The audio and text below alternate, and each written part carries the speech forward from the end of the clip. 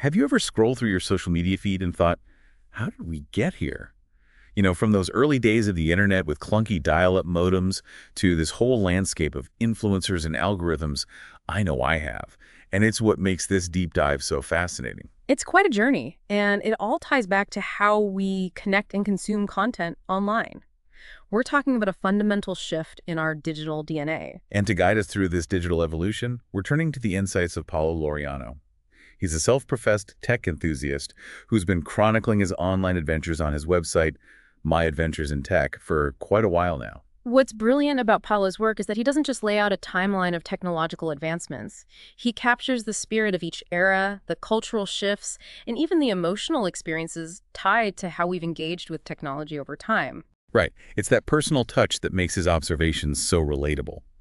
So for this deep dive, we're going to tap into his insights to understand how we went from those early niche online communities to, well, what Paulo himself rather provocatively calls the social network hell we live in. And that term, social network hell, might sound a bit extreme at first, but by the time we're done unpacking his observations, you might just find yourself nodding in agreement. Okay, so let's start at the beginning, shall we? We're talking mid-1980s, early 1990s. The internet as we know it barely exists, and the way most people are connecting online is through these things called bulletin board systems, or BBSs. Which, as Paulo vividly describes them, were essentially the digital equivalent of a local town square, but with even more niche tech talk. So imagine this.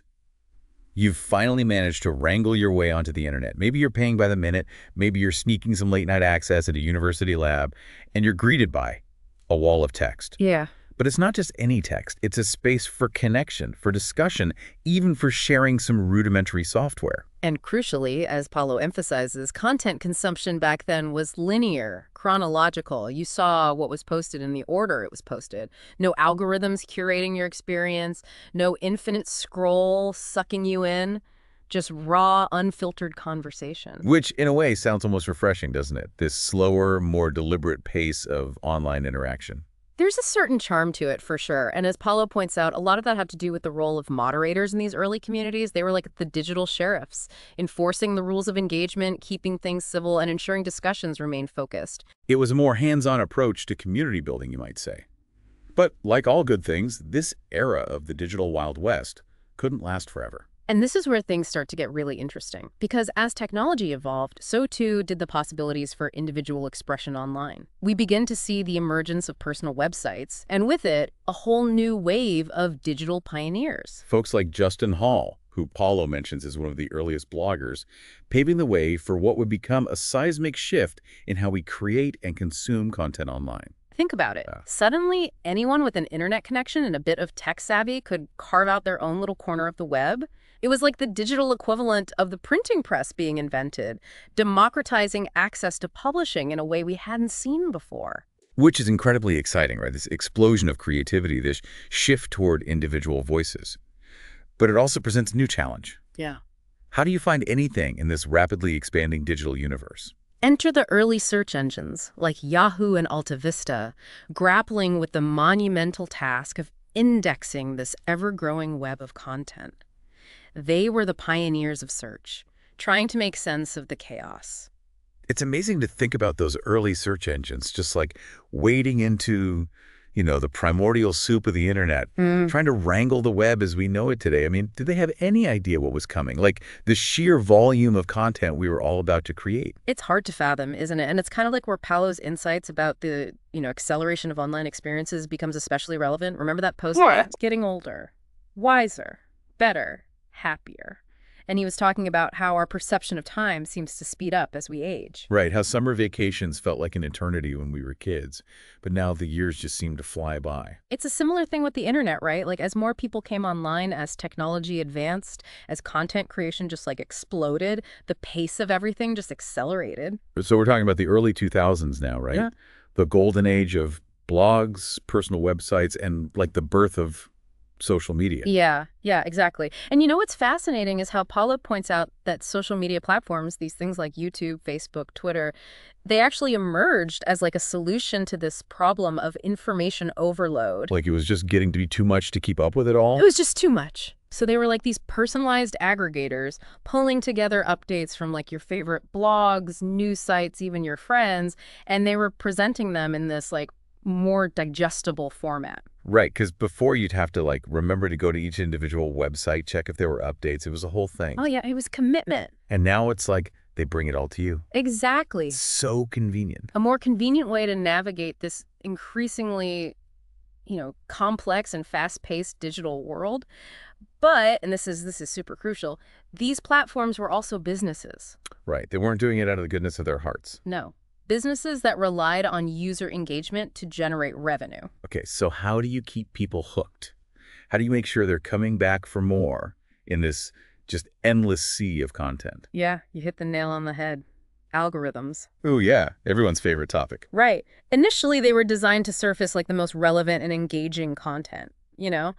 But they became the driving force behind our like online experiences. And I think we all know where this is heading. We're talking about those algorithms that seem to know us better than we know ourselves, right?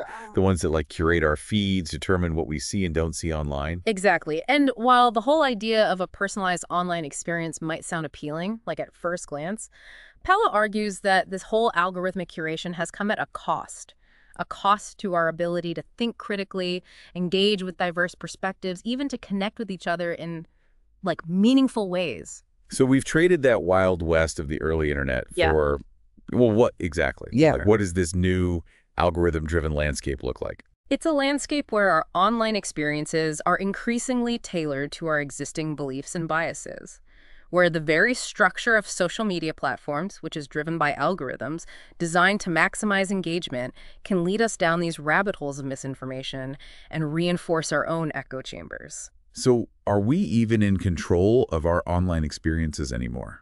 I mean, that's what's so worrying about these algorithms, right? It's like Paulo says, yeah, these platforms might have started with this goal of connecting everybody, but then things kind of shifted, It became less about real connection and more about just keeping us scrolling, even if it means like messing with our sense of reality a little bit. It's like we've stumbled into this weird funhouse mirror version of the internet. Yeah. Everyone's trapped in their own reflections, and no one can agree on what's up and what's down anymore. Huh. And Paulo's not alone in seeing it that way, Researchers are calling this confirmation bias. We gravitate towards stuff that just backs up what we already believe, even if it's wrong. So it's like our brains are basically hardwired to seek out echo chambers. Pretty much. And the scary part, we often don't even realize we're doing it. We think we're being objective, but really we're just curating our own little internet realities, blind to anything that challenges our views. It's like we've traded critical thinking for convenience. And in a world swimming with information, that's a pretty dangerous bargain to make. It is, and I think that's what makes Paulo's work so important, so timely. It's not just about reminiscing about the good old days of dial-up and BBSs. It's a call to wake up, Wake up and realize there's a whole lot more to the internet than what our feeds are showing us. Exactly. We need to be more aware of these algorithms, how they work, how they can manipulate us. Become more conscious consumers of online content. Yes. Question everything. Seek out different viewpoints, even if they make us uncomfortable. It's like that saying, right? If everyone in the room agrees with you, someone's not thinking. Right. We have to actively seek out those disagreements, those challenges. That's how we grow. And how we break free from these echo chambers. Exactly. It's not easy, but it's essential. The internet's a powerful tool for good and for bad. And ultimately, it's on us, each and every one of us, to decide how we're going to use it. Well said. It's not about abandoning the internet altogether, but about engaging with it thoughtfully, critically. With our eyes wide open. And hey, if you want to explore these ideas further, Paulo Laureano's your guy. Check out My Adventures in Tech. You won't regret it. It's a wild ride through the evolution of online communities. And on that note, we'll wrap up this deep dive. Thanks for joining us, and until next time, keep exploring, keep questioning, and keep the conversation going.